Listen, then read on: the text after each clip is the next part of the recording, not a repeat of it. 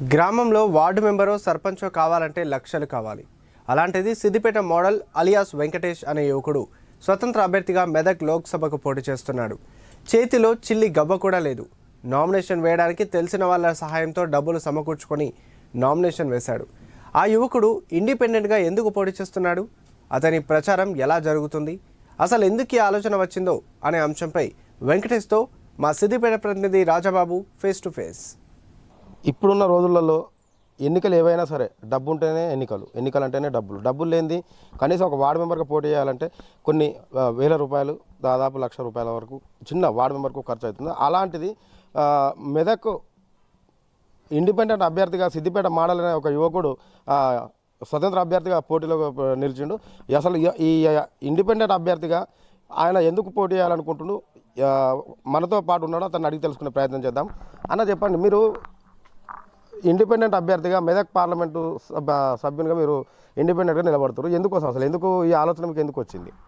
నాకు ముఖ్యంగా నా లక్ష్యం ఏంటంటే చదువుకున్న యువత, నిరుపేద యువకుడిని, విద్యావంతులు రాజకీయాల్లో ముందుండాలి.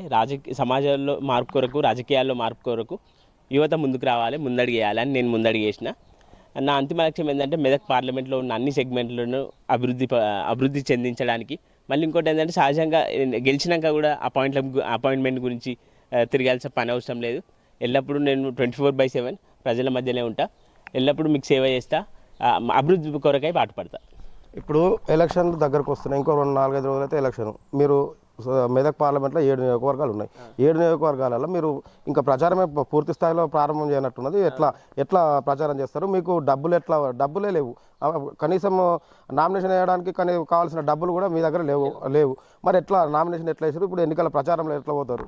నామినేషన్ అయితే హానెస్ట్గా చెప్తున్నా, అక్కడ లాస్ట్ డేట్ రోజు అసలు డబ్బులు లేకుండానే కలెక్టర్ ఆఫీస్ పోయినా మళ్ళీ అక్కడ కొందరు తెలిసిన వాళ్ళని అప్పు తీసుకొని వేయడం జరిగింది నిరుపేద స్థితి నుంచి. ఇంకా ప్రచారానికి కూడా డబ్బులు లేవు.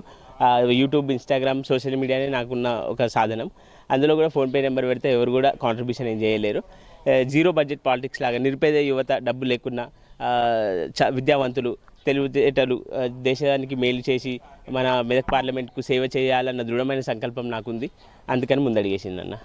సిద్దిపేట మోడల్ అని ఎందుకంటారు? మీకు అసలు ఆ పేరు ఎందుకు వచ్చింది చెప్పండి. నేను పనిచేసే కొమర్షియల్ దగ్గరనే సిద్దిపేటలు అంటారా బాబు అని డైలాగ్ చేసిన. చాలా నా వీడియోల ద్వారా సిద్దిపేట మంచిగా ప్రమోట్ అయింది. మోడల్ సిద్దిపేట మోడల్ అని పేరు వచ్చింది. అందరికీ సిద్దిపేట మోడల్ కానీ కాకుండా యువతకు, చిన్నపిల్లలకు అందరికీ కూడా ఒక రోల్ మోడల్గా ఉన్నా.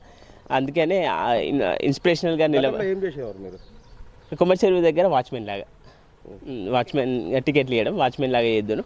అయితే అక్కడ కూడా ఏంటంటే ఫోటోలు దిగుతున్నా అని ఇప్పుడున్న మేనేజ్మెంట్ నాతో నచ్చి ఆప్యాయంగా నా ఫ్యాన్స్ కూడా ఫోటోలు దిగుతారు. ఫోటోలు దిగదాన్ని షరతులు విధించారు. ఫోటోలు దిగితే జాబ్ నుంచి తొలగిస్తా అన్నారు.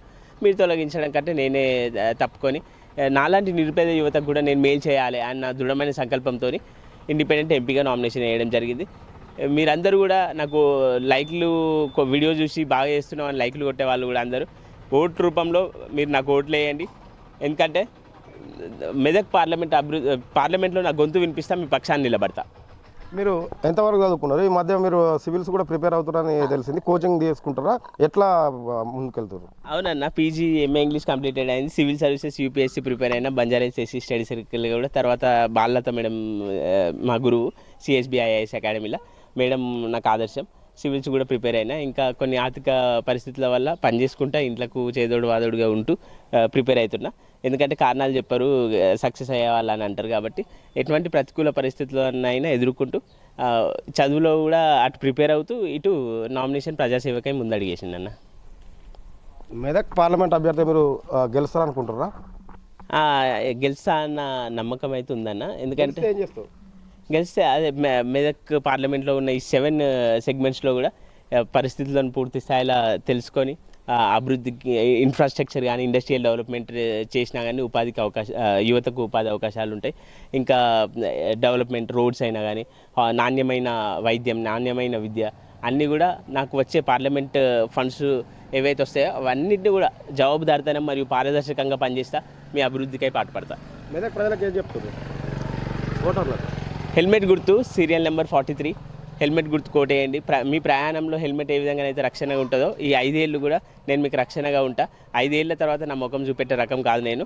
నిజాయితీగా నిబద్ధతగా పనిచేసి మీ అభివృద్ధి గురించి ఎల్లప్పుడూ పాటుపడుతూ మీ సమస్యలను తెలుసుకుంటూ మీ వెన్నంటి ఉంటా. సిద్దిపేట మోడల్ అనే వ్యక్తి చెప్తున్న విషయం ముఖ్యంగా ఏంటంటే యువత రాజకీయాలకు వస్తే ముఖ్యంగా యువత రాజకీయాల్లోకి రావాలన్న ఒక ఉద్దేశంతో నేను ఈ ఎంపీ అభ్యర్థి కాంటెస్ట్ చేయడం జరుగుతుందని చెప్పడం జరుగుతుంది. అదేవిధంగా తనను గెలిపిస్తే మాత్రం ఈ మెదక్ సెగ్మెంట్లో మెదక్ పార్లమెంటు నియోజకవర్గంలో ఉన్నటువంటి 7 శాసనసభ నియోజకవర్గాలను మరింత అభివృద్ధి చేసేందుకు కృషి చేస్తా అంటుండు.